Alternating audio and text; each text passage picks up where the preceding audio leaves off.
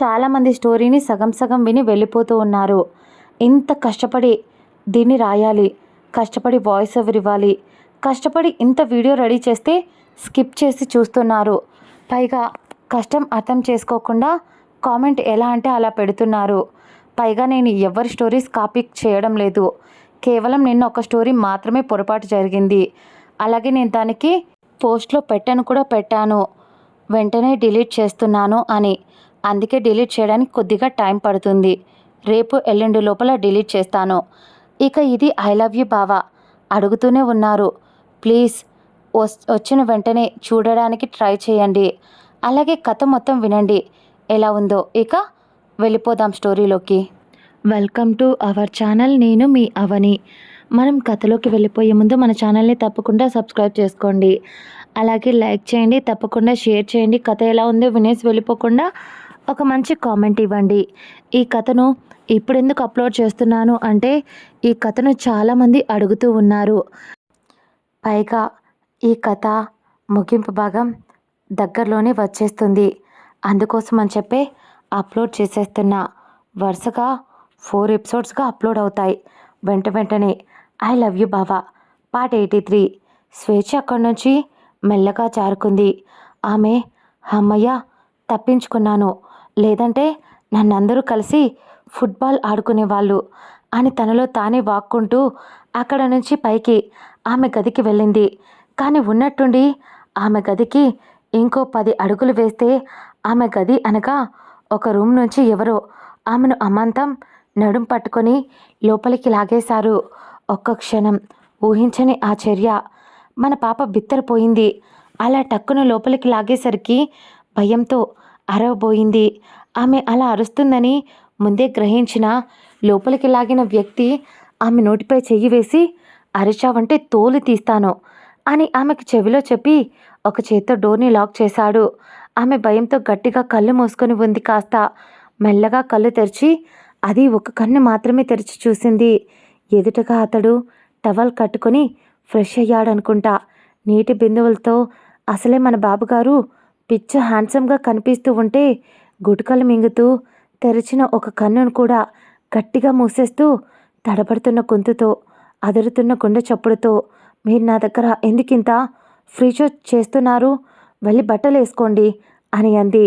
విశ్వ ఏంటే వచ్చిన దగ్గర నుంచి చూస్తున్నా నా మీదేదో పెత్తనం చూపిస్తున్నావు, అజమాయిషీ చేస్తున్నావు, మర్చిపోతున్నావా నేను నీ లెక్చరర్ని అని అతడు చెప్పేసరికి మన పాప అప్పటిదాకా కూల్గా ఉన్నది కాస్త భద్రకాళిలా తన 2 కళ్ళను తెరిచి పెద్దగా చేస్తూ ఎవరు చెప్పాడు, మీరు నా లెక్చరర్ అని అస్సలు కాదు కోపంగా చూస్తూ ఒకవేళ నేను ఆ కాలేజీలో చదువుతూ ఉంటే లేదా మీరు అక్కడే జాబ్ చేస్తూ ఉంటే కదా, ఇప్పుడు మీరు అక్కడ జాబ్ మానేశారు.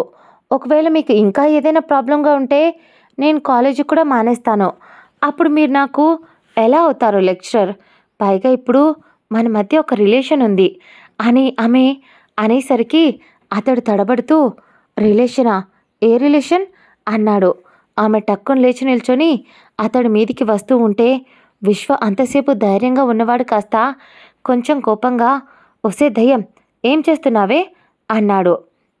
అతడు తడబడుతూ అడగడం చూసి ఆమె నవ్వేసి మీదికి వస్తుంటేనే భయపడిపోతున్నావు. లైఫ్ లాంగ్ నా చెయ్యి పట్టుకోవాలి అంటే ఇంకెంత భయపడతావు? అది సరే కానీ ఎన్ని రోజులు ఎక్కడెక్కడ తిరిగి వచ్చావు? తిరిగావు కానీ అక్కడ ఎవరైనా తెల్లతోలు పిల్లను పట్టావే ఏంటి? అలా చేశావే అనుకో అంటూ ఆమె చేతిని అతడు కట్టుకున్న టవల్ దగ్గరగా లాగేయడానికి అన్నట్టు తీసుకెళ్తూ ఉంటే అతడు ఒక్క క్షణం వెనక్కి జరిగాడు. టవల్ని గట్టిగా పట్టుకుంటూ ఆమె తలపై కొట్టుకుంటూ ఒరే పిచ్చోడా, ఎప్పటికైనా నిన్ను అలా చూడాల్సింది నేనే కదా అని కళ్ళెగరేసి అడుగుతూ ఏ మాటకా మాట చెప్పాలి, మా అత్త నిన్ను మరీ సెక్సీగా కనేసిందిరా అని అంటూ అతడు టవల్ని పట్టుకొని కొంచెం వంగి ఉండటం వల్ల అతడి నుదురుపై ముద్దు పెట్టి అతడు తేరుకునేలోపు అతడు బ్యాగ్పై ఒకటిచ్చి తుర్రుమంది. వెళ్ళిపోతున్న ఆమెను చూసి పువ్వె మెంటల్ మొహమా అని తిడుతూ గట్టిగా అరిచి మరీ చెప్పాడు విశ్వ. ఆమె గదిని దాటిన మరుక్షణం అతడి పెదాలు అందంగా విచ్చుకున్నాయి. కానీ ఆమె అల్లరి నచ్చుతుంది. ఆమె అతన్ని ఇరిటేట్ చేస్తుంది, చిన్నపిల్లలా ట్రీట్ చేస్తుంది. అన్నీ నచ్చాయి ఆమెలో అతనికి. కానీ ఎందుకో ఆమె ముందు బెట్టు చేయడం కూడా నచ్చడంతో అలా ఆమె స్టెప్స్ పైకి నక్షత్ర వాళ్ళ దగ్గర నుంచి తప్పించుకొని రావటం ఎలా అంటే, పైకి వచ్చిన తర్వాత హుషారుగా మంచి పాట పాడుకుంటూ వచ్చింది. తన గదిలోకి వెళ్తూ ఉండేది మన బాబుగారు. అప్పుడే ఆమె గొంతు విని అప్పుడే స్నానం చేసి వచ్చేసరికి వి విశ్వ స్వేచ్ఛ గొంతు విని తనని లోపలికి లాగేశాడు. అది గుర్తుకు తెచ్చుకొని నవ్వుతూ, అయినా నేనేంటి దీనికి ఇంతలా కనెక్ట్ అయిపోతున్నా, అయినా అన్నయ్య చెప్పాడు తను కూడా నక్షత్రలాగే మనకు మరదలవుతుంది అని, వాళ్లకు మనకు మధ్య రక్త సంబంధం ఉంది అని. కానీ ఎలా అంటే ఈ విషయం నక్షత్రకు తెలుసా? వీటి గురించి ఆలోచిస్తుంటే నా మైండ్ దుబ్బేలా ఉంది. అయినా అన్నయ్య వస్తాడు కదా, ఆ తర్వాత అన్నింటి గురించి ఆలోచించి ఒక డెసిషన్కి రావాలి, ముఖ్యంగా దీని గురించి కూడా. అంతవరకు ఇది నా దగ్గరికి రాకపోవడమే బెటర్. దీన్ని దూరంగా పెట్టాలి. ఇది దగ్గరికి వచ్చినప్పుడల్లా నాలో నాకు తెలియకుండా వైబ్రేషన్స్ పెరిగిపోతున్నాయి అని నిట్టూర్చి, అప్పటికే అతడి బాడీ ఫుల్ వేడెక్కడంతో సిగ్గు లేకుండా మళ్ళీ వాష్రూంలోకి వెళ్ళిపోయాడు. ఆ రూమ్లో నుంచి బయటికి వచ్చిన స్వేచ్ఛ అతని ముందు అంత ధైర్యంగా మాట్లాడింది. కానీ బయటికి వచ్చి సిగ్గుపడిపోతూ ఆమె తిట్టుకుంటూ, నీకు కొంచెం కూడా బుద్ధి లేదు స్వేచ్ఛ. పోయి ఎవరిని గెలకూడదో వాళ్ళతోనే ఆడుకుంటావు. అయినా అలా ఎలా చేశావే? ఆయనకంత దగ్గరగా వెళ్ళటం, ఆయన్ని బెదిరించడం, ఇలాంటివన్నీ చేశావు. నాకు అర్థం కానిది నేనెవరో ఆయనకెందుకు గుర్తుకు రావడం లేదు అని ఆలోచించింది. మళ్ళీ మాట్లాడుతూ, అయినా ఆ రోజు జరిగింది ఇంకా ఎందుకు గుర్తుంటుంది? జరిగి కూడా చాలా డేస్ అయిపోయింది. పైగా మన సార్ గారు ఫుల్గా డ్రింక్ చేసి ఉన్నారు కాబట్టి అస్సలు గుర్తుండే ఛాన్సే లేదు స్వేచ్ఛ అని. ఎన్ని రోజులు ఇంకా నీకు పరీక్ష? పెద్ద బావ ఎప్పుడు వస్తాడో? మా ఫ్యామిలీస్ మధ్య ఉండే రిలేషన్ ఎప్పుడు ఇంట్లో వాళ్ళకు చెప్తాడో? స్వేచ్ఛ నాన్న 2 years ముందు అక్క వాళ్ళని తీసుకొచ్చి ఆ రోజు చెప్పిన మాటల్ని గుర్తుకు చేసుకుంది స్వేచ్ఛ. స్వేచ్ఛ, మనకంటూ ఎవరూ లేరా నాన్న అని నువ్వు చాలాసార్లు అడిగావు కదరా. ఇప్పుడు చెప్తున్నా, తను నీ అక్క, స్వయాన నీ పెద్దనాన్న కూతురు నక్షత్ర అని అనేసరికి ఒక్క క్షణం వాళ్ళకంటూ ఎవరూ లేరు అని అనుకున్న స్వేచ్ఛకు వాళ్ళకు ఒక పెద్ద ఫ్యామిలీ ఉండేది అని, కొన్ని అనుకోని పరిస్థితుల వల్ల అందరూ ఎక్కడి వాళ్ళు అక్కడ అయిపోవలసి వచ్చింది అని, అది ఆ సమయానికి తగ్గట్టు ఒక్కొక్కటిగా అన్నీ బయటికి వస్తాయి. అంతవరకు అక్క మనతోనే ఉంటుంది. అక్కతో పాటు ఉన్న సత్య కూడా మనతోనే ఉంటుంది. వాళ్ళిద్దరిని నువ్వే చూసుకోవాలి. నీకు మేము ఎంత ప్రేమనైతే పంచుతామో వాళ్ళకు కూడా మేము అంతే ప్రేమను ఇస్తాము. నీకు ఏం పర్లేదు కదా అని ఈశ్వర్ గారు స్వేచ్ఛను అడిగిన మాటలు తనకు అప్పుడు గుర్తొచ్చాయి స్వేచ్ఛకు. ఆమెకు గుర్తు వచ్చి ఇప్పుడు నవ్వు వచ్చింది ఆమెకు. పోనీలే, నాన్న ఇన్ని రోజులు తన కుటుంబంతో కలవాలి అని అనుకునేవారు. కానీ అది కుదరకపోయినా అక్క బావ వాళ్ళైనా మా దగ్గరికి వచ్చారు. ఇప్పటికైనా అందరం సంతోషంగా ఉంటే అదే చాలు అని దేవుడికి దండం పెట్టుకుంది స్వేచ్ఛ. ఆ తర్వాత ఇంకా అప్పటికే ఆలస్యం కావడంతో సత్య, రియా, నక్షత్ర ముగ్గురు వంట చేసేసి డైనింగ్ టేబుల్పై అన్నీ సర్ది పెట్టేసి ఫ్రెష్ అవ్వడం కోసం ఎవరి గదికి వాళ్ళు వెళ్ళిపోయారు. మన సత్య పాప మాత్రం ఏదో ఆలోచిస్తూ తన గదిలోకి వచ్చి డోర్ లాక్ చేసి చున్నీని పక్కన వేసి ఏదో ఆదమరుపులోనే టవల్ తీసుకొని వాష్రూంలోకి వెళ్ళిపోయింది. కానీ ఉన్నట్టుండి ఏదో తేడాగా అనిపించడంతో ఒక్కసారిగా అనిపించిన వైపు చూసింది.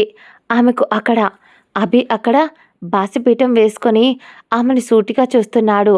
ఆమె ఉలిక్కిపడి వెన్నుపై చరుచుకుంటూ తూతూ అనుకుంటూ, చెప్పి రావచ్చు కదా, ఎప్పుడు ఇలాగే వస్తావు, భయపడి చచ్చిపోయాను అని కొంచెం గట్టిగా కసిరింది. కానీ మన బాబుగారు అదేం పట్టించుకోకుండా బెడ్ పై నుంచి లేచి సూటిగా కోపంగా ఆమె దగ్గరగా వచ్చాడు.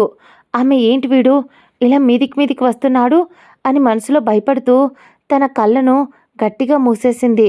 ఎందుకంటే అభి చాలా దగ్గరగా వచ్చాడు. ఆమె కళ్ళలో ఉన్న ఎమోషన్స్, ఆమె కళ్ళలో కనిపించే ఫీలింగ్స్ అతడి దగ్గరగా వస్తే చాలా ఈజీగా కనిపెట్టేస్తాడు. అందుకోసం వాటిని దాచేస్తూ కళ్ళు మూసేసింది. ఆ తర్వాత ఒక క్షణం అలాగే ఉండిపోయింది. కానీ అభి దగ్గర నుంచి ఎలాంటి సౌండ్ రాలేదు. ఆమె ఒక్క క్షణం ఊపిరి భారంగా వదిలి కళ్ళు తెరిచి చూసింది. అతడు ఆమెకి కొంచెం దూరం జరిగి ఆమె వైపు చూస్తున్నాడు. ఆమె గుటకలు మింగుతూ, ఇప్పుడెందుకు అలా భయపడుతున్నావు అని అన్నాడు అభి. దాంతో ఆమె తల కిందికి వంచి అలాగే ఉంది. అభికి కొంచెం విసుగు వచ్చినా దాన్ని పైకి చూపించకుండా, మన సత్యపాపకు స్టార్టింగ్ ట్రబుల్ ఉంది కాబట్టి అది అతడు అర్థం చేసుకుంటూ మెల్లగా ఆమె చిన్ పట్టి పైకి లేపుతూ, ఏంటి, ఎందుకు కళ్ళు మూసుకుంటున్నావు అన్నాడు అభి. నన్ను చూడగానే కసుబుసులాడతావు కదా, అలాంటిది నేను ఇలా రూమ్లోకి వచ్చినా ఏమనకుండా ఎందుకు సైలెంట్గా ఉన్నావే అన్నాడు అభి. దానికి సత్య ఒక్కసారిగా సత్య చిన్ పట్టి పైకి లేపినప్పుడు అతడి కళ్ళలోకి చూసిన సత్య ఇక ఆమె వల్ల కాలేదు. గట్టిగా అతడి మెడ చుట్టూ చేతులు వేసి, ఐ హేట్ యూ ఇడియట్ అని తిట్టి గట్టిగా హక్ చేసుకుంది. ఆమె వైపు చూసి, అదేంటి మేడం గారు హత్తుకొని మరి ఐ హేట్ యూ చెప్తున్నారు అని వెటకారంగా అడిగేసరికి ఆమె అతడి నడుంపై గట్టిగా గిచ్చేసింది. అతడు, ఒసేయ్, మనకింకా పెళ్లి కాలేదే, మనకు ఆయన అప్పుడే మ్యాన్ హ్యాండ్లింగ్ చేస్తున్నావు నాపై, దొంగ మొహం దానా అన్నాడు అభి. అయినా సత్య అదేం పట్టించుకోకుండా ఆమె గట్టిగా హత్తుకుంది. అతన్ని ఆమె అలా చేయడం చూసి సత్య బాధపడుతుంది అని అర్థమై అతడు ఆమెను చుట్టేస్తూ, ఐ మిస్ యూ సత్యమ్మా అన్నాడు. ఆమె కన్నీళ్లతో అభి షర్ట్ని తడిపేస్తూ, నిజంగా నేను నిన్ను చాలా మిస్ అయ్యానురా, నీ అల్లరి, నీ మాటలు, నీతో గొడవ పడ్డం అన్నీ నేను మిస్ అయ్యాను. ఆయన ఇంకోసారి నన్ను వదిలేసి వెళ్ళిపోతావా, ఇక నా వల్ల కాదు అని ఏడవటం మొదలుపెట్టింది. అతడు ఆశ్చర్యపోయాడు. అసలు ఇక్కడుంది మన సత్యపాపేనా? నేను ఒక వారం కనిపించకుండా పోతే ఇంత ప్రేమ వచ్చేసిందేంటే దీనికి? దేవుడా, ఇదేదో ముందే వచ్చుంటే ఈ గ్యాప్లో బేబీని ప్లాన్ చేసేసే వాళ్ళం కదా అన్నాడు సత్యతో. ఆమె మళ్ళీ ఇంకో సైడ్ నడుంపై గిచ్చి పూర దున్నపోతా అని తిట్టింది అభిని. అతడు నవ్వుతూ, ఏంటి మేడం, ఉన్నట్టుండి తమరికి ఏదైనా చెట్టు కిందికి వెళ్ళి కూర్చున్నారా? అక్కడ అంత జ్ఞానోదయం అయ్యిందా మేడం గారికి అన్నాడు అభి వెటకారంగా. సత్య ఏం మాట్లాడకుండా అభి వైపు ఒక క్షణం చూసి అతడు ఆమె కొడుతుందేమో అని భయపడ్డాడు. ఆమె చూసిన ఎక్స్ప్రెషన్కి అతడు వాగిన అతివాగుడికి 4 తగిలిస్తుంది అనుకున్నాడు. అలాంటిది దానికి విరుద్ధంగా ఆమె అతని నుదురుపై, అతని చెక్కిలపై, అతని ముక్కుపై, అతడి గడ్డంపై, ఆఖరున అతని పెదాలపై కూడా అందుకొని ముద్దు పెట్టింది. బాబోయ్, ఇది ఇంతగా నన్ను మిస్ అయ్యిందా? నేనిక్కడ ఉన్నప్పుడు పూరపో అనేది, ఇప్పుడు అదే రమ్మంటుంది. నిజంగా నువ్వున్నావయ్యా. ఇది ఒప్పుకోకపోతే తిరుమలకు వెళ్ళి గుండు కొట్టించుకోవాలి అనుకున్నా మొక్కుబడిగా. కానీ ఆ దేవుడు, అందుకే నేను మొక్కుబడి పెట్టుకోకముందే ఆయన ఇది నా లవ్ని యాక్సెప్ట్ చేసింది అని మనసులో హ్యాపీగా ఫీల్ అవుతూ ఆమె ఇచ్చే ఆ ముద్దును చాలా హ్యాపీగా ఎంజాయ్ చేస్తూ ఆమె ప్రేమలో తడిచిపోతూ ఒకరి ఎంగిల్ని ఒకరు పంచుకుంటూ ఇద్దరి కంట్లో నుంచి కన్నీళ్ళు వచ్చేశాయి. ఎందుకంటే వాళ్ళిద్దరికీ ఒకరంటే ఒకరికి అంతులేనంత ప్రేమ ఉంది మనసులో. కానీ బయటికి ఇద్దరు చెప్పుకోలేకపోతున్నారు. తనివి తీరా ఇద్దరు ముద్దు పెట్టుకున్నాక మెల్లగా సత్యనే దూరం జరిగి అభి వైపు చూస్తూ మళ్ళీ అభి గుండెపై తల వంచి నిజంగా నువ్వు ఈడియట్వి, నన్ను నీ చుట్టూ తిప్పుకున్నావు, ఎలాగైతే ఏమి, నువ్వు నిజంగా స్టూపిడ్వి అని తిడుతూనే ఉంది సత్య. అతడు నవ్వుతూ, ఒసే పిచ్చి మొహమా, ఇప్పటికైనా మనం ప్రేమించుకుంటున్నాము కాబట్టి రేపొద్దున మన పెళ్ళవుతుంది. ఇప్పుడు నువ్వు ఇంతగా తిడుతుంటే రేపొద్దున మన పెళ్ళై కూడా ఇలాగే తిడతావే నన్ను అన్నాడు అభి మూతి ముడుస్తూ. మన సత్య పాప అతడి మూతిపై ఒక్కటేసి, కొట్టను కూడా కొడతాను వెధవా అని అంటూ అక్కడికి వెళ్ళాక ఒకసారైనా కాల్ చేసావరా అంది. అభి కవర్ చేస్తూ, అది అక్కడ వర్క్ ఎక్కువగా ఉంది, అందుకే చేయలేకపోయా అని కవర్ చేశాడు. కానీ సత్య గుర్రుగా చూస్తూ, అన్నీ కల్లబుల్లి కబుర్లు, అని అంది సత్య. అయినా అన్నయ్య ఎంతవరకు ఉన్నా కూడా నక్షత్ర కాల్ చేస్తూనే ఉన్నాడు. కానీ వెధవా నువ్వు మాత్రం కాల్ చెయ్యనే లేదు. అందుకని నాకు తెలుసు నువ్వు ఇలా వస్తావని అని అంటూ ఆమె బెడ్ కింద దాచిన ఒక స్టిక్ని బయటికి తీసింది. అది అభి చూసి భయంగా మొహం పెట్టి, ఒసే ఎందుకే ఇది ఇప్పుడు? అయినా గదిలో ఎందుకు పెట్టుకున్నావు దీన్ని అన్నాడు. సత్యదంతో కోపంగా గుర్రుగా చూస్తూ, అంటే తమరు ఒకసారి కూడా ఫోన్ చేయలేదు కదా, అందుకని తమరి మీద ప్రేమ ఎక్కువైపోయిందన్నమాట. తమరు రాగానే తమరికి బడిత పూజ చేద్దామని అంటూ కాళ్ళ మీద ఒక్కటేసింది. అతడు చిన్న పిల్లాడిలా ఎగురుతూ, రాక్షసి నిజంగానే కొడుతున్నావేంటే? ఎప్పుడు నన్ను మా అమ్మ నాన్న కూడా మా నాన్న కూడా కొట్టలేదే అన్నాడు. దానికి సత్య, అవును మామయ్య కూడా నిన్ను కొట్టలేదు కాబట్టే నువ్విలా అడ్డగాడిదలా తయారయ్యావు అంటూ మళ్ళీ అతడి బ్యాక్పై ఒక్కటేసింది. అతడు బ్యాక్ సైడ్ రుద్దుకుంటూ, చచ్చాన్రోయ్ అభి, ఇక్కడే ఉంటే ఇది నిన్ను చంపేస్తుందిరా, బయటికి జంప్ అయిపో, నిన్ను నువ్వు కాపాడుకో అభి అంటూ సత్య, కొట్టకే తగులుతుంది, ఆ తర్వాత నాకు దెబ్బ తగిలితే నువ్వే బాధపడతావు అన్నాడు అభి. సత్య ఇంకా కోపంగా చూస్తూ, నేను అస్సలు బాధపడను, ఆల్రెడీ బాధ పెట్టేశావు కాబట్టి ఇప్పుడు అదే బాధను నువ్వు కూడా పడు అంటూ కొట్టడం మొదలుపెట్టింది సత్య. అభి సత్య కొట్టేసరికి కోటిన దగ్గర రుద్దుకుంటూ బయటికి వచ్చాడు. అక్కడ నక్షత్ర, విశ్వ, స్వేచ్ఛ, రియా, సిద్ధు అందరూ అతడి వైపే చూస్తూ ఉన్నారు వింతగా.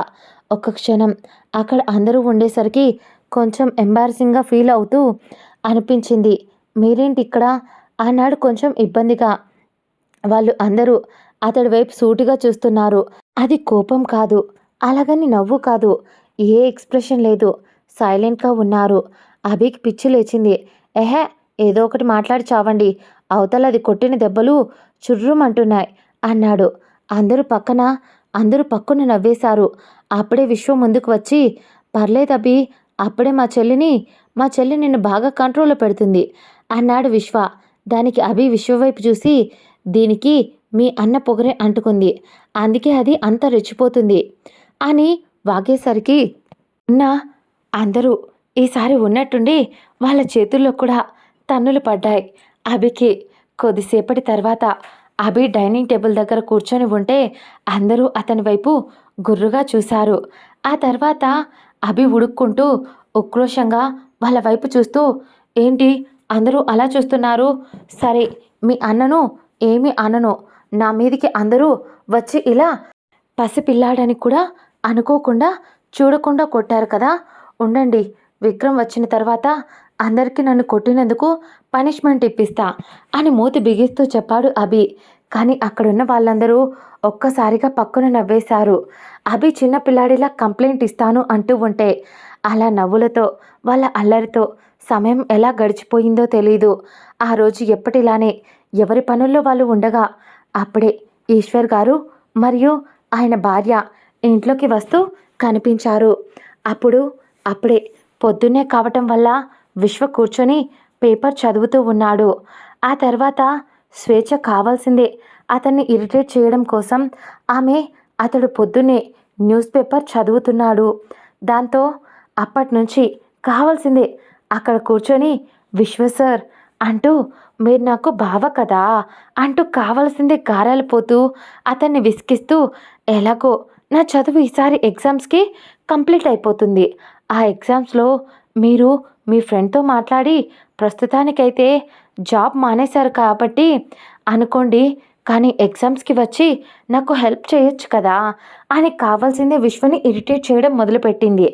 అప్పుడే నక్షత్ర వాళ్ళ డిస్కషన్ విని, అవునరా విశ్వ, పాపం ఈసారి ఎగ్జామ్స్కి దానికి హెల్ప్ చేయరా, ఈసారి ఆ ఎగ్జామ్స్లో పాస్ అయిపోతే పెద్ద ప్రాబ్లం కూడా ఉండదు అని నక్షత్ర అనేసరికి విశ్వ కోపంగా, ఒసే అక్క చెల్లెళ్ళు అని నిరూపించుకున్నారే, కొంచెమైనా బుద్ధి ఉండాలి. అప్పట్లో అన్నయ్య నువ్వు 10 చుక్కల ముగ్గు 20 చుక్కల ముగ్గు లేదా బోర్ కొట్టి సినిమా పాటలు రాసి వచ్చినా కూడా అన్నయ్య డబ్బులిచ్చి మేనేజ్ చేసేవాడు. కానీ ఇప్పుడు నీ చెల్లి నీకన్నా 3 ఆకులు ఎక్కువే చదివింది, అది ఏకంగా సార్ని కాపీ కొట్టడానికి హెల్ప్ అడుగుతుంది. అయినా నేను వెళ్ళి అక్కడ దానికి బుక్ అందించి, ఇదిగో పాప ఇది తీసుకొని రాసుకోమా అని చెప్పి మధ్య మధ్యలో అది అలసిపోతుందని జ్యూస్లు బిస్కెట్లు వీలైతే తలనొప్పిగా ఉండడంతో టీ కూడా తీసుకెళ్ళి ఇస్తూ ఉంటానే. అక్కడ నాకు అదే పని మరి. నాకంటూ ఆ కాలేజీలో ఒక ఇమేజ్ ఉందే. నీ చెల్లి అక్కడ ఎన్ని వెధవేషాలు వేస్తుందో అన్నీ అన్నీ చెప్పాను. అయినా కూడా సిగ్గు లేకుండా ఇద్దరు అలా ఎలా అడుగుతున్నారు? అన్నయ్యని రానివ్వండి, ఒక్కొక్కరు తోకలు కట్ చేయిస్తా అన్నాడు విశ్వ. ఆ తర్వాత ఇదంతా విన్నా కూడా అక్కడున్న వాళ్ళిద్దరికీ అసలు మమ్మల్ని కాదు ఇంతసేపు వాడంతా క్లాస్ పీకింది అన్నట్టు. అక్క, నేను నిన్న ఇన్స్టాగ్రామ్లో ఒక డ్రెస్ చూసానే, చాలా బాగుంది. దాన్ని 4 పీస్ ఆర్డర్ పెట్టా. నీకు నాకు సత్యక్కకు, మరి రియా వదినకు ఆర్డర్ పెట్టనా అని అంటూ వాళ్ళ వేలో వాళ్ళు మాట్లాడుకుంటూ పోతున్నారు. వీళ్ళు ఇలా ఉన్నప్పుడు అప్పుడు విశ్వ విసుగ్గా వాళ్ళ వైపు చూశాడు. అప్పుడే ఈశ్వర్ గారు, ఆయన భార్య పార్వతి గారు ఇద్దరూ ఇంట్లోకి వస్తూ ఉండేసరికి వాళ్ళని చూసి అప్పుడు స్వేచ్ఛ విశ్వ ముందు నుంచి పరిగెత్తుకుంటూ మమ్మీ డాడీ అంటూ చిన్నపిల్లల పరిగెత్తుకుంటూ గెంతులేసుకుంటూ వెళ్ళిపోయింది స్వేచ్ఛ విశ్వ ముందు నుంచి. ఆమె వెళ్ళిన ఫోర్స్కి అతడు చదువుతున్న పేపర్ కూడా కింద పడిపోతే, హే పాగల్దానా అని తిడుతున్న వాడల్లా తను వెళ్ళిన వైపు చూసి అతడు కూడా నవ్వుతూ పైకి లేచి వాళ్ళని పలకరించడానికి అన్నట్టు ముందుకు అడుగు వేశాడు. అప్పటికే ఒక్కొక్కరిగా ఇంట్లో వాళ్ళంతా అక్కడికి వచ్చేశారు. స్వేచ్ఛ అరుపు విని సత్య, సిద్ధు, రియా అందరూ అక్కడ వాళ్ళని చూస్తూ నిలబడ్డారు. అప్పుడే నక్షత్ర, సత్య, స్వేచ్ఛ ముగ్గురు వాళ్ళ దగ్గరికి వెళ్ళి వాళ్ళతో మాట్లాడిస్తూ గుమ్మంలోనే నిలబెట్టేసి కబుర్లు చెప్పడం మొదలుపెట్టారు. అప్పుడు వీళ్ళ లగేజ్ తీసుకొస్తున్న అభి, మీరు మారరు, వాళ్ళు పాపం ఎంత దూరం నుంచి ట్రావెలింగ్ చేసి వస్తే ఇలా నిలబెట్టి మాట్లాడుతున్నారు అని తిట్టేశాడు అభి. దాంతో ఒకరి మొహాలు ఒకరు చూసుకుంటూ వాళ్ళకు సారీ చెప్పి రండి డాడీ అని అంటూ వాళ్ళను అక్కడే సోఫాలో కూర్చోబెట్టి చిన్న పిల్లలా మారం చేస్తూ ముగ్గురు మాట్లాడుతున్నారు. సిద్ధు ఆయన వైపు తీక్షణంగా చూస్తూ ఉన్నాడు. ఆయన, బంగారాలు ఆగండ్రా, నేను ఇప్పుడే కదా వచ్చేసా కదా, ఇంకెక్కడికి వెళ్ళాం. విక్రమ్ డైరెక్ట్గా ఇక్కడికే రమ్మన్నాడు, అందుకని ఇక్కడికి వచ్చా. కొద్దిసేపు మిగతా వాళ్ళతో కూడా మాట్లాడనివ్వండి అని అంటూ ఆయన లేచి ఎదురుగా ఉన్న సిద్ధుని చూసి సిద్ధు దగ్గరగా వెళ్ళి అతన్ని హత్తుకొని నాన్న ఎలా ఉన్నావురా అని అడిగాడు ఆయన. దాంతో సిద్ధు పట్టరానంత దుఃఖం వస్తున్నా కంట్రోల్ చేసుకుంటూ ఎన్ని రోజులు మేం గుర్తు రాలేదా బాపు అని అడిగాడు. అంతే. ఆయన దాంతో అతన్ని ఇంకా గట్టిగా హత్తుకొని నేను నిన్ను మర్చిపోతేనే కదరా గుర్తు పెట్టుకోవడానికి. ప్రతి క్షణం మీ నాన్న, నువ్వు, విక్రమ్ మీరేరా నా ప్రపంచం. మీ తర్వాతే స్వేచ్ఛ. నేను తీసుకోలేకపోయాను. ఆ రోజు అన్నయ్య కూడా నాతో పాటు వచ్చేయండి నేను చూసుకుంటా మిమ్మల్ని అని కూడా చెప్పా. కానీ మీ నాన్న పారిపోవడం మా లక్ష్యం కాదు, ఏం జరిగినా ఇక్కడే ఉండి గెలవాలి అన్నాడు మీ నాన్న. కానీ స్వేచ్ఛ చచ్చిపోయే పొజిషన్. తనని బ్రతికించుకోకపోతే కన్నందుకు మాకు బ్రతికే హక్కే లేదు అనిపించింది. ఏదో ఒకరోజు మీ నాన్నను ఒప్పించాలి అనుకున్నా. కానీ మీ నాన్న పూర్తిగా మాతో భవబంధాలు సంబంధాలు వదిలేసుకొని అక్కడే ఉండిపో అన్నాడు. ఆ రోజు తట్టుకోలేకపోయా, వచ్చేస్తా, తప్పు చేశా అన్నయ్య, కష్టం సుఖం కలిసి పంచుకుందాం అన్నా. కానీ మీ నాన్న వినలేదు. అదేదో నా మీద మీ నాన్న పంతంతో చేయలేదు. కేవలం ఆ గొడవలు మా వరకు రాకూడదు అనుకున్నాడు. అందుకనే నన్ను పంపించేశారు. నా ఫ్యామిలీని కూడా ఆ ఊరికి ఇంకెప్పుడు రావద్దు అని. స్వేచ్ఛ అప్పుడు పసిబిడ్డరా, దానికి ఇన్ని రోజుల్లో ఒక క్షణం కూడా మేం దానికి ఒక కుటుంబం ఉంది అని చెప్పలేకపోయాం. ఇక్కడ నిజమే అన్నీ ఉన్నాయి మాకు, కానీ ఏం లేని అనాథల్లా మిగిలిపోయాం అన్నారు ఈశ్వర్ గారు ఏడుస్తూనే. ఆయన సిద్ధుని మాట్లాడిస్తూ ఉంటే అక్కడే ఉన్న అందరికీ సగం మ్యాటర్ అర్థమైపోయింది. ఆయన నక్షత్ర నాన్నకు స్వయంగా సొంత రక్త సంబంధం, ఆయన తన తమ్ముడు అని. దాంతో అందరూ సంతోషంగా ఆయన దగ్గరికి వచ్చారు. ముఖ్యంగా నక్షత్ర మొహంలో కనిపిస్తున్న ఫీలింగ్, ఎన్ని రోజులు తన సొంత బాబాయ్ దగ్గర ఉండి ఆయన ఎంత జాగ్రత్తగా తన్ను అన్న కూతుర్లా కాచుకున్నాడో అవన్నీ గుర్తు వస్తూ ఉంటే ఇప్పుడు తన కంట్లో కన్నీళ్లు కారిపోవడం స్టార్ట్ అయ్యాయి. అది గమనించిన స్వేచ్ఛ, అక్క ఎందుకు ఏడుస్తున్నావు? నేను మీ సొంత చెల్లినని ఎప్పుడూ హ్యాపీగా ఉంటాను. కానీ నువ్వేమో ఈ విషయం తెలియగానే ఎందుకు ఏడుస్తున్నావు? మేమంటే నీకు ఇష్టం లేదా? ఆ కారణంగానే వదిలేసి వెళ్ళిపోయామని కోపం వచ్చిందా? అని డల్గా మొహం పెట్టి ఏడుపు గొంతుతో అడిగేసరికి స్వేచ్ఛను గట్టిగా హక్ చేసుకొని, ఎవరు చెప్పారా మీరంటే నాకు ఇష్టం లేదని? ఆ రోజు నాన్న నన్ను ఇంటికి తీసుకురాకపోతే మేము ఎక్కడెక్కడ ఉండేవాళ్ళమో, నిజంగా మాకంటూ భూమి మీద ఎవ్వరు లేరు అని అనుకున్నాము స్వేచ్ఛ. ఎందుకు బ్రతకాలి అని అనుకున్న సమయంలో నాన్న నాన్న నా చెయ్యి పట్టుకున్నారు. నిజంగానే నా చెయ్యిని ఆ రోజు నుంచి వదలలేదు. దిగులుగా ఉన్న ప్రతిసారి నాకు అన్యాయం చూసుకున్నారు. ఇక నువ్వు మరియు అమ్మ మీరిద్దరూ ఏ రోజు మమ్మల్ని పరాయి వాళ్ళు అనుకోలేదు. అలాంటిది నీ మీద కోపగించుకోవటం, నిన్ను దూరం పెట్టడం ఇవన్నీ నేను చెయ్యలేని పనులు అని నవ్వింది నక్షత్ర. అప్పుడే విశ్వం ముందుకు వచ్చి, అంటే మీరు నిజంగానే నాకు మామయ్య అన్నాడు కొంచెం సంతోషంగా. అతడికి నక్షత్ర నాన్న ఎప్పుడూ గుర్తు వస్తూ ఉంటారు. ఎందుకంటే చిన్నప్పటి నుంచి ఆయన తన్ని ఎత్తుకొని పెంచారు. తండ్రి లేరన్న లోటు లేకుండా అన్నయ్య ఒకవైపు, ఆయన ఒకవైపు కాచుకుంటూ ఉన్నారు. అలాంటిది ఇలా ఒక్కసారిగా వాళ్ళ ప్రపంచం చీకటైపోయింది. అతడు తిరిగి వచ్చిన తర్వాత ఎవ్వరూ లేరు ఇక తనకు అని అనుకున్నాడు. అలాంటిది అన్ని సంతోషాలు ఒకటేసారి వచ్చేసరికి సంతోషంతో ఆ ఇల్లు ఇంకా సందడిగా మారింది. అప్పుడే సిద్ధుకేదో డౌట్ వచ్చి, బాబాయ్ మీకు ఈ ఇల్లు అడ్రస్ ఎవరు చెప్పారు అనేసరికి అభి ముందుకు వచ్చి, నేనే చెప్పా. ఎన్ని రోజులు వాళ్ళని విక్రమ్ ఏవో మొక్కుబళ్ళు ఉన్నాయి అని చెప్పాడంట అంకుల్ వాళ్ళు. అందుకోసమని విక్రమ్ వాళ్ళని పంపించేశాడు. ఆ తర్వాత ఇప్పుడే వచ్చారు. అందుకే కదా ఇక అందరూ హ్యాపీ అని అతడు చెప్తూ ఉంటే అందరి మొహాలలో నవ్వు. కానీ అక్కడ విక్రమ్ కూడా ఉంటే బాగుండు అని అనుకున్నారు. అప్పుడే నక్షత్రకు ఏదో గుర్తు వచ్చి, నాన్న నేను ఒక విషయం అడుగుతాను, నాకు చెప్తారా అని అంది. ఆమె ఏం అడగబోతుందో ఆయనకు ముందే తెలుసు.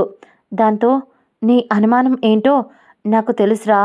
అదేంటంటే మిమ్మల్ని కలిసినప్పుడు మీరు ఎవరు అనేది నాకు తెలుసా లేదా అనేదే కదా నువ్వు తెలుసుకోవాలి అనుకుంటున్నావు కదా అని ఆయన అడిగేసరికి నక్షత్ర అవును అన్నట్టు తల ఊపింది. దాంతో ఆయన చెప్పడం మొదలుపెట్టారు. అందరూ నిశ్శబ్దంగా వింటూ ఉన్నారు.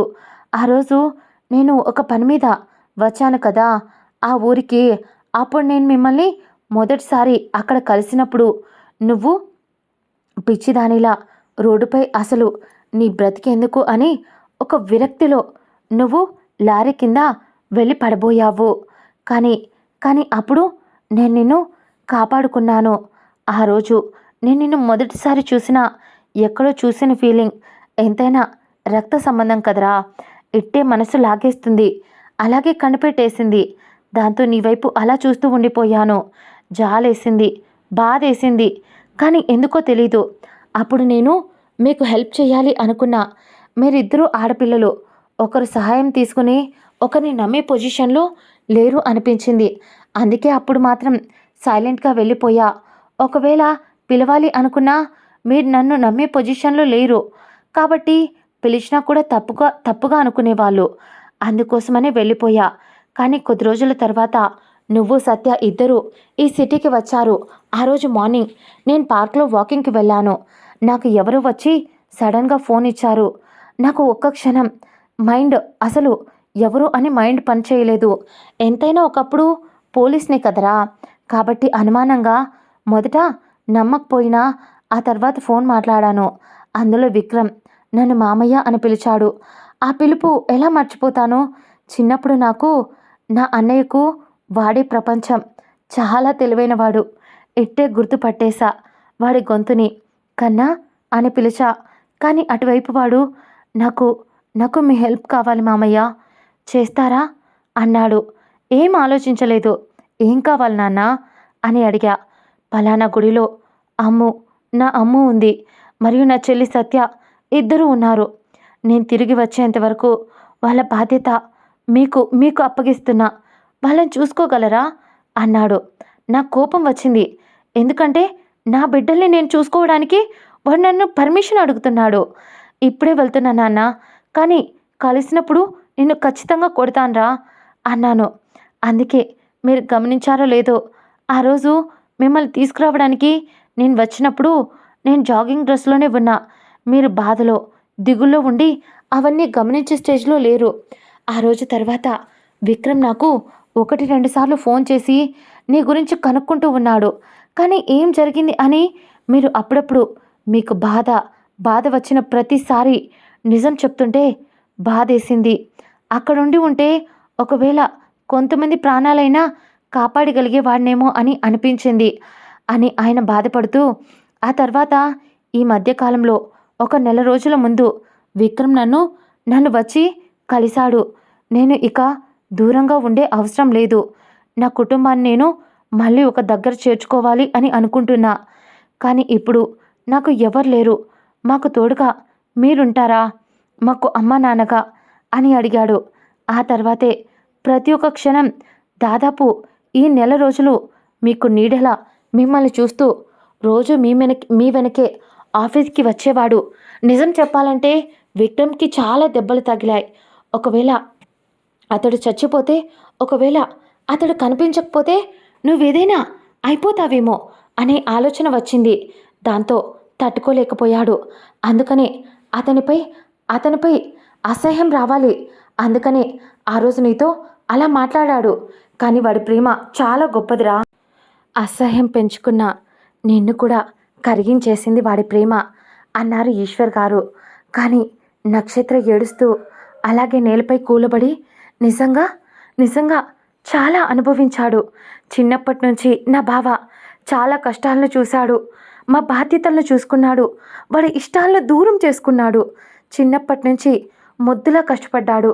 మాకు అన్నం పెట్టడానికి వాడు నైట్ టైం ఒకవైపు చదువుకుంటూ, ఎగ్జామ్స్ ఉన్నా కూడా నైట్ 1 గంట వరకు వర్క్ చేస్తూ, పార్ట్ టైం జాబ్స్ ఒకవైపు చేస్తూ, తిండి తినకుండా డబ్బులు మిగిలించి పంపించేవాడు. ఇవన్నీ ఎలా మర్చిపోయా నాన్న? అంత అసహ్యాన్ని వాడి మీద ఎలా పెంచుకున్నాను నాన్న అంటూ సిద్ధు, విశ్వ ఇంట్లో ఉన్న అందరూ తన్ని ఓదారుస్తూ ఉన్నా తన చేత్తో విక్రమ్ని పొడవడం గుర్తొచ్చి చంపలపై పటాపట తన్ని తానే కొట్టుకోవడం మొదలుపెట్టింది నక్షత్ర ఏడుస్తూ ఉంటే వాళ్ళు ఆపడానికి చాలా ట్రై చేశారు. కానీ ఆమె కొట్టుకోవడం, ఆమె బాధ పెట్టుకోవడం వాళ్ళకు కూడా నచ్చలేదు. ఈశ్వర్ గారు ఆమె చేతులు పట్టుకొని ఆపేస్తూ, ఏం మాట్లాడుతున్నావు తల్లి? విక్రమ్, నువ్వు ఇద్దరు వేర్వేరు అని ఎప్పుడూ అనుకోకు. తను నిన్ను బాధ పెట్టాడు. కానీ నీకన్నా ఎక్కువ బాధ వాడు అనుభవించాడు. కానీ వాడు నీ కళ్ళలో సంతోషం చూడాలి అని చాలాసార్లు పరితపించిపోయేవాడు. నువ్విలా ఏడుస్తూ జరిగిపోయిన వాటి గురించి బాధపడుతూ ఇలా ఉంటే ఎలా చెప్పు? పైగా ఈరోజు విక్రమ్ వస్తానన్నాడు అని ఈశ్వర్ గారు చెప్పేసరికి నక్షత్ర సంతోషంగా, నాన్న నిజమా? నా బావ వస్తానన్నాడా అని ఎక్సైట్ అవుతూ లేచి నిల్చొని గుమ్మం వైపు చూసింది. దాంతో అభి ముందుకు వచ్చి, అమ్మో విక్కీ వస్తాను అన్నాడు. కానీ ఏ టైం అని చెప్పలేదు. అందుకే అంకుల్ వాళ్ళని నేనే తీసుకొచ్చా. నిజం చెప్పాలంటే విక్కీ వస్తున్నట్టు ముఖ్యంగా నీకు చెప్పొద్దు అని చెప్పాడు. సర్ప్రైజింగ్గా ఉండాలనుకున్నాడేమో అందుకే. కానీ అంకుల్ చెప్పేశారు కాబట్టి ఇక నువ్వు ఇలా ఏడుస్తూ ఉన్నావనుకో, ఇంతమంది ఉండి కూడా నువ్వు ఏడ్చావని ముఖ్యంగా నన్నే తంతాడు. నా బంగారం కదూ, మా అమ్మ గుడ్ గర్ల్ కదూ, ఏడవకురా అనేసరికి విక్రమ్ వస్తున్నాడు అనే ఆలోచన, నిజంగా బావ వస్తే నేను ఏడవను అంటూ కన్నీళ్లు తెరుచుకొని, అన్నయ్య బావ ఎంతసేపటికి వస్తాడు అని మళ్ళీ అడిగింది. అభి తల కొట్టుకుంటూ, వస్తాడు తల్లి, ఎక్కడికి వెళ్ళడు, ఓకేనా అన్నాడు. ఆమె నవ్వుతూ, సరే అయితే బావ వస్తున్నాడు కదా, ఇల్లంతా డెకరేట్ చేద్దాం, ఈరోజు నైట్ అందరం పార్టీ చేసుకుందాం, టైం చాలా అవుతుంది, పదండి అని అంటూ అప్పటికే భోజనం చేయడానికి టైం అవుతూ ఉంటే త్వరగా తినేసి డెకరేషన్ ఏర్పాట్లు మొదలు పెట్టేశారు. విశ్వ ఇంట్లోనే ఉన్నాడు కాబట్టి షార్ట్ వేసుకొని ఒక బ్లాక్ కలర్ టీషర్ట్, అది కూడా స్లీవ్లెస్ ఉండడంతో సిగ్గు లేకుండా అతడు డెకరేషన్ చేసే ఐటమ్స్ చెక్ చేస్తూ ఉంటే అస్సలు కొంచెం కూడా చూపు తిప్పుకోకుండా అతడు ఎదురుగా వెళ్ళి చైర్ వేసుకొని మరీ కూర్చుంది. అతడు ఏదో ఆలోచిస్తూ ఇది అలా చేస్తే బాగుంటుంది, అది ఇక్కడ పెడితే బాగుంటుంది అని మొత్తం చూసుకుంటూ ఉన్నాడు. కాబట్టి అతడి ఎదురుగా ఆమె ఉంది గమనించుకోలేదు విశ్వ. మన స్వేచ్ఛ తన గడ్డం కింద చెయ్యి పెట్టుకొని, ఏమన్నా ఉన్నావరా పిచ్చోడా, అసలు ఇంత అందంగా ఎలా పుట్టావురా, నువ్వు ఇలాగే ఇంకో 2-3 సార్లు కనిపిస్తే ఇక్కడికిక్కడే గుండాకి చచ్చిపోతానేమో అనిపిస్తుంది. అంత అందంగా నా కళ్ళకు అస్సలు సిగ్గు లేదు. నువ్వు కనుక ఇప్పుడు నన్ను ఇలా చూస్తే 4 తన్ని పంపిస్తావు అనే బుద్ధి కూడా లేదురా నాకు అని ఆలోచిస్తూ ఉన్న తనకు అప్పుడే విశ్వ ఏటో చూస్తూ ఒక క్షణం అక్కడ ఎవరో ఉన్నట్టు అనిపిస్తూ ఉంటే అటువైపుగా చూశాడు. ఒక్క క్షణం ఉలిక్కిపడి, ఒసి దయ్యం, నువ్వేంటే అలా ఎదురుగా నిజంగానే దయ్యంలాగా కూర్చొని తినేసేలా చూస్తున్నావు అని అతడు కొంచెం కసురుతూ ఉంటే మన స్వేచ్ఛ మాత్రం సిగ్గు లేకుండా పైనుంచి కింది దాకా సైట్ వేస్తుంది. అతడు ఆమె ఏం చేస్తుందో గమనించి తల కొట్టుకొని, ఒసే నువ్వు ఆడపిల్లవే, ఆ సంగతి మర్చిపోయావా అన్నాడు. అయినా మన పాప పలకడం లేదు. దాంతో తల మీద పెటేయమని ఒకటేశాడు. దాంతో ఒక్క క్షణం టక్కున లేచి నిల్చొని విశ్వవైపు భయంగా చూసి పారిపోవాలి అనుకుంది. కానీ విశ్వ, ఈరోజు దీని పని ఇలా కాదు, ఇది నన్ను ఆడుకోవడం కాదు, దీంతో నేను ఆడుకుంటాను అని అనుకుంటూ, ఒసే ఉండవే, ఈరోజు నువ్వు అయిపోయావు నా చేతిలో అని అంటూ ఆమె చేతిని వెనక్కి తిప్పి మెలితిప్పి పట్టుకున్నాడు. అంతే, స్వేచ్ఛ గట్టిగా కేక పెట్టింది. విశ్వకే భయం వేసేసి వదిలేశాడు. ఒక్క క్షణం, హే స్వేచ్ఛ, నొప్పిగా ఉందా, అయినా నేను గట్టిగా పట్టుకోలేదే అన్నాడు. స్వేచ్ఛ గట్టిగా ఏడుస్తూ, నువ్వు నన్ను కొట్టావు బండ సచ్చినోడా, చూడు నా చెయ్యి ఎంత నొప్పిగా ఉందో, నా చెయ్యి విరిగిపోయింది అంటూ ఏడవడం మొదలుపెట్టింది స్వేచ్ఛ. ఆ తర్వాత నిజంగా ఆమెకు తగిలిందేమో అని, నొప్పి ఎక్కువగా ఉందేమో అని అతడికి ఒక క్షణం అతడికి కూడా బాధేసి, సారీనే, నిజంగా కావాలి అని చెయ్యలేదే, ఊరికే అలా అన్నా అని విశ్వ చెప్తూ స్వేచ్ఛకు తన వల్ల బాధ కలిగినందుకు అతడి మనసు బాధపడుతూ ఉంటే అతడి మొహంలో ఉన్న ఆ ఎక్స్ప్రెషన్ని చూసి, నేను డ్రామా చేస్తున్నా కానీ వీడేమో నిజంగానే ఏడుస్తున్నాను అని అనుకొని మొహం అప్పుడే కందగడ్డలా అయిపోయింది.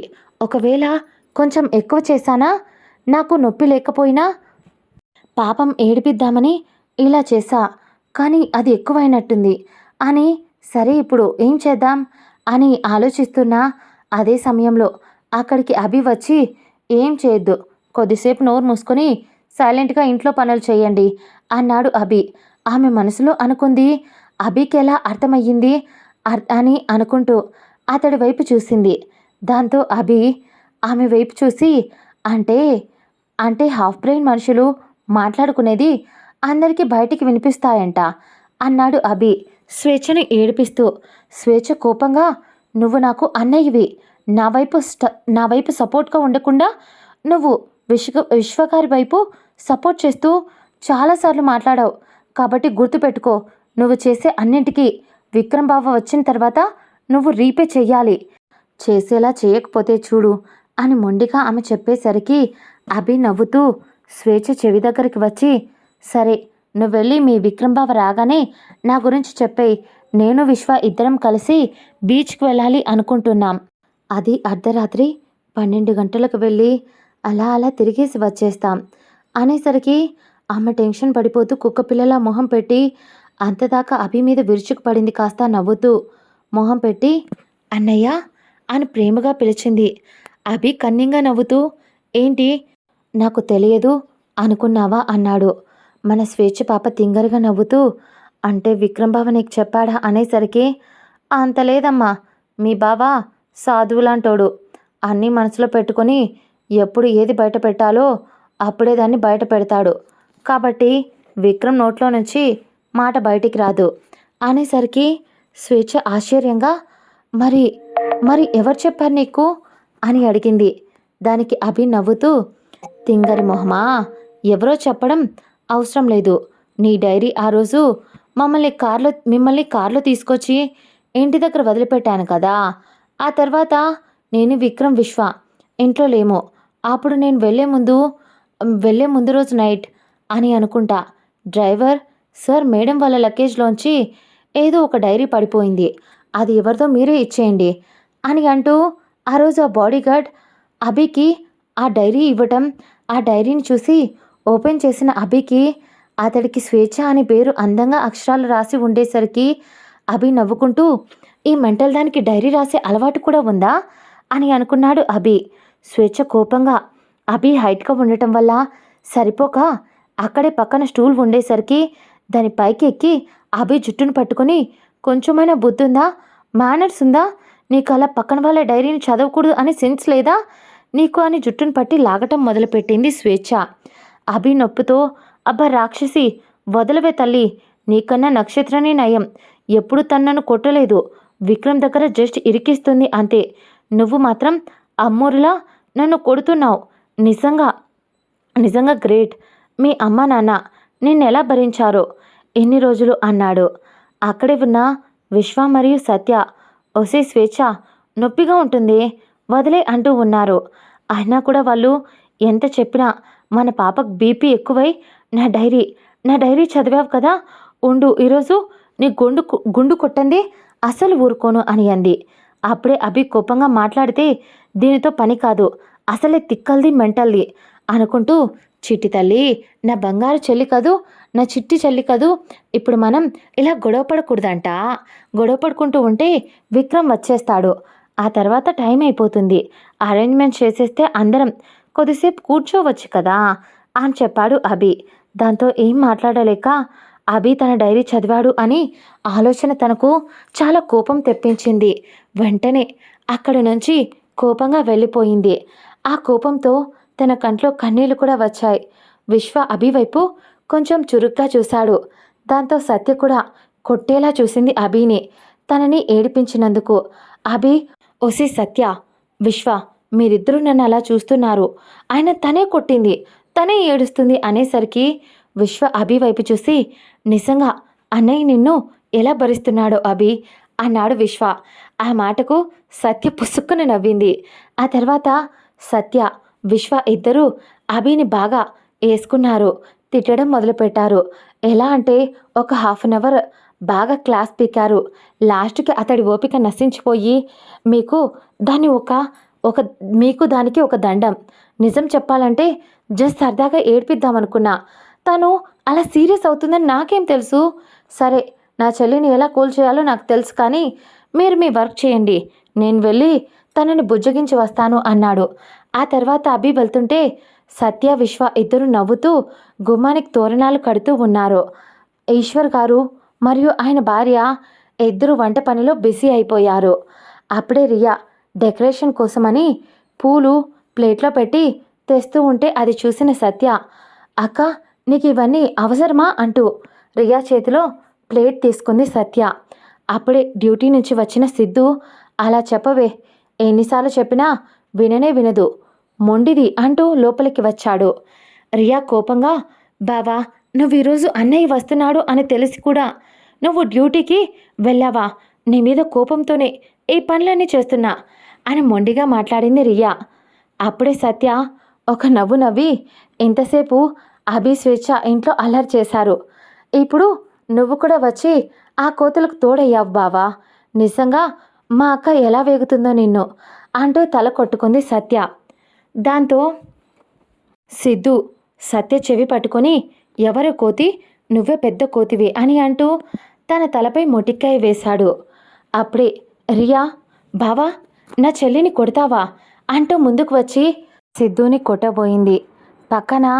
పక్కనిదంతా చూస్తూ నిలబడి ఉన్న విశ్వ, వీళ్ళు మారరు అని తల కొట్టుకొని మిగిలిన ఏర్పాట్లు చేయడంలో బిజీ అయిపోయాడు విశ్వ.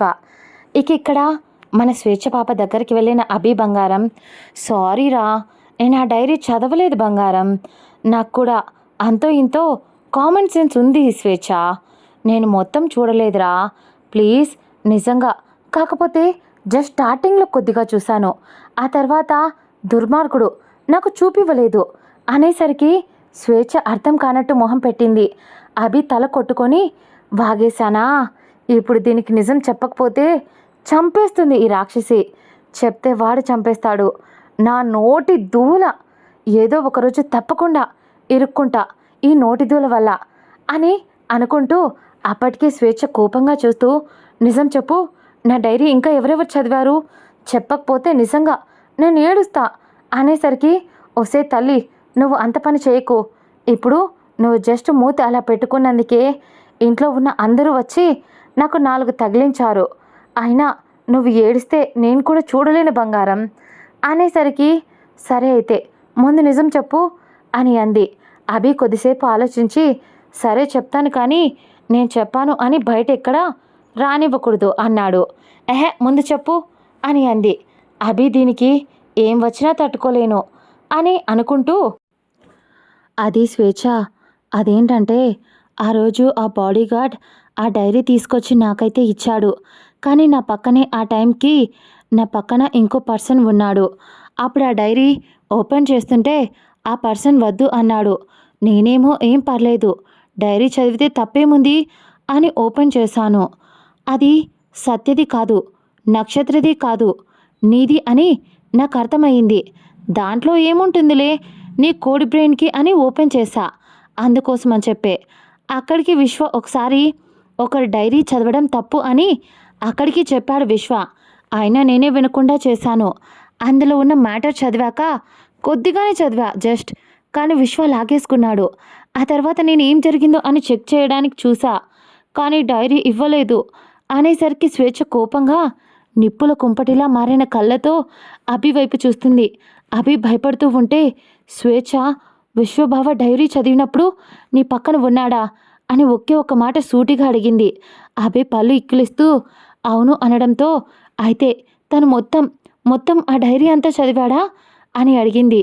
అవును అని తల ఊపడంతో కోపం తట్టుకోలేక అక్కడేదో ఫ్లవర్ వాజ్ ఉండడంతో దాన్ని తీసుకొని అభి వెంట కొట్టడానికి పరిగెత్తింది. ఆమె ఇన్ని రోజులు ఏ విషయం గురించి అయితే చెప్పడానికి భయపడిందో ఆ విషయం ఇంత ఈజీగా విశ్వకు తెలిసిపోతుంది అని ఊహించలేదు. స్వేచ్ఛ పరిగెత్తుకుంటూ ఇద్దరు కొట్టుకోవడం చూసి ఈశ్వర్ గారు స్వేచ్ఛ చెయ్యి పట్టుకొని ఆపుతూ, ఏమైందిరా అన్నాడు ఆయన. స్వేచ్ఛ బిక్కమొహం వేసుకొని, నాన్న అది అంటూ ఆయన చెవిలో ఏదో చెప్పింది. ఆయన ఒక చిన్న చిరునవ్వు నవ్వి, అయితే తప్పేముందిరా, అయినా కూడా ఎన్ని రోజులని చెప్పి దాచగలవు, ఎలాగోలా తెలిసిపోతుంది కదా అని ఆయన అనేసరికి, కానీ నాన్న నేనే చెప్పాలి అని అనుకోలేదు, భయం వేసింది, తప్పుగా అనుకుంటే అని అప్పుడే అభి స్వేచ్ఛ భుజం చుట్టూ చెయ్యి వేసి, అయినా ఇలాంటి బంగారాన్ని ఎవరు తప్పులు పడతారు చెప్పు, మా స్వేచ్ఛ నిలువెత్తు బంగారం అని అభి అంటుంటే, చాలే నీ పొగడ్తల ప్రోగ్రాం, అయినా నువ్వు అన్నయ్య వయ్యుండి ఇలా నన్ను ప్రతిసారి ఏడిపిస్తూ ఇరికించడం పద్ధతేనా అని అంది స్వేచ్ఛ. అభి నవ్వుతూ, సారీ చెప్పా కదా బంగారం, అయినా విశ్వ నేను ఏం అనడు, ఒకవేళ అనేవాడైతే నిన్ను ఖచ్చితంగా ఈ పాటికే అడిగేవాడు కదా, అస్సలు అడగలేదు కాబట్టి నిదానంగా మాట్లాడదాం, ఎలాగో ఈరోజు విక్రమ్ వచ్చేస్తున్నాడు కదా, కాబట్టి ఇప్పుడు నా మీద కోపం చాలించి పైన నా పెద్ద చెల్లి రెడీ అవుతుందో లేదో వెళ్ళి చూడు. నక్షత్ర గురించి అభి చెప్పేసరికి అప్పుడు గుర్తొచ్చి, అవును బావ వస్తున్నాడని అక్క రెడీ అవుతూ పైనే ఉండిపోయింది కదా, వెళ్ళి నేను తీసుకొస్తా అని చెప్పి గొడవ మర్చిపోయి అక్కడి నుంచి వెళ్ళిపోయింది స్వేచ్ఛ. వెళుతున్న కూతుర్ని చూస్తూ ఉండిపోయారు ఈశ్వర్ గారు. అభి సారీ అంకుల్ అన్నాడు.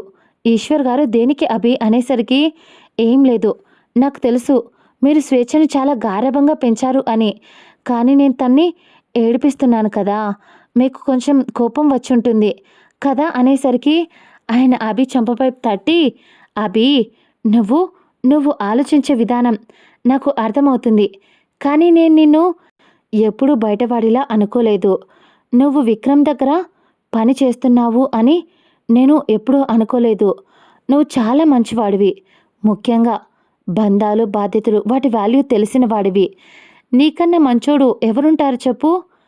ఇక అల్లరంటావా, నాకు తెలుసు నువ్వు స్వేచ్ఛని ఏడిపిస్తున్నావు అని, కానీ అది నిన్ను ఎంతగా కొట్టిందో నేను కూడా చూశాను, నువ్వు దాన్ని విసుక్కోవచ్చు, తిట్టుండొచ్చు, తిరిగి కొట్టుండొచ్చు, కానీ దాన్ని ఏమనలేదు, అక్కడే అర్థమవుతుంది నువ్వు దాన్ని నీ సొంత చెల్లెల్లా చూసుకుంటున్నావని.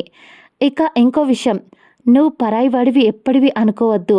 ఒకవేళ నీకు అలా అనిపిస్తే ఒకటి గుర్తుపెట్టుకో, సత్య ఇప్పటికీ ఎప్పటికీ నా కూతురే. కాబట్టి నువ్వు వరుస ప్రకారం అయితే నాకు కొడుకువే అవుతావు. కానీ సత్య నన్ను నాన్న అని ఇప్పుడు పిలుస్తుంది.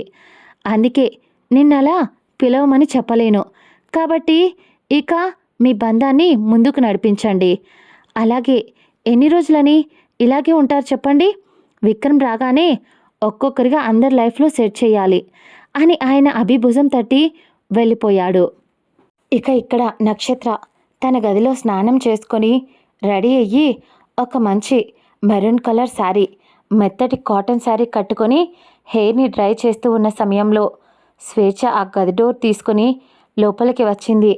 నక్షత్ర తన వైపు చూసి నవ్వుతూ రెడీ అయి ఉంటే తనని చూసి అక్క సూపర్గా ఉన్నావు, ఎంతో ముద్దొస్తున్నావో అని బుగ్గపై ముద్దు పెట్టి దిష్టి చుక్కను చెవిచాటున పెట్టింది.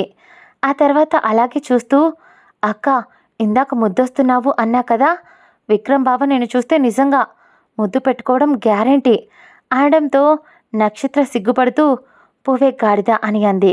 స్వేచ్ఛ నవ్వుతూ పోతాను మేడం, మనం ముందు కిందికి వెళ్దామా? చాలాసేపటి నుంచి ఈ గది దాటి తమరు బయటికి రావటం లేదు. అలాగే మా బావగారి రాక కోసం అని చెప్తూ ఉంటే ఉన్నట్టుండి నక్షత్ర ఎందుకో తెలియదు తన గుండె అలజడికి లోనవుతుంది. గుండె అంతా బరువెక్కిన ఫీలింగ్, జువ్వని ఏదో లాగినట్టు అనిపించింది ఒక్క క్షణం. అలాగే నిలబడిపోయి ఆలోచిస్తూ ఉంటే స్వేచ్ఛ తన భుజంపై చెయ్యి వేసి ఏమైందక్క, ఎందుకలా ఉండిపోయావు అని అడిగింది. నక్షత్ర తెలీదు స్వేచ్ఛ, ఏదో తెలియని ఫీలింగ్ కలుగుతుంది. ఎప్పుడు ఈ ఫీలింగ్ ఇంతవరకు ఇలాంటి ఫీలింగ్ కలగలేదు. ఇది బావ కోసం అయితే కాదు, పక్కా చెప్పగలను. బావ కోసం నా మనసు పరితపిస్తుంది. నా మైండ్ నాకు చెప్పిన మాట వినదు. కానీ ఎలా ఉందంటే ఏదో కొత్త ఫీలింగ్ నాలో నుంచి నాకే ఎప్పుడూ నేను చవి చూడని ఫీలింగ్ నాకు కలుగుతూ ఉంది అని అని వీళ్ళు ఇలా మాట్లాడుకుంటూ ఉండగానే కింద కార్ చప్పుడు అయ్యింది. చాలా కష్టపడి ఇస్తున్నారా? ప్లీజ్ స్కిప్ చేసి వినకుండా ఫుల్గా విని లైక్ చేసి అలాగే షేర్ చేయండి. కథ ఎలా ఉందో ఒక మంచి కామెంట్ ఇవ్వండి. నెక్స్ట్ ఎపిసోడ్ కూడా వచ్చేస్తుంది రేపే.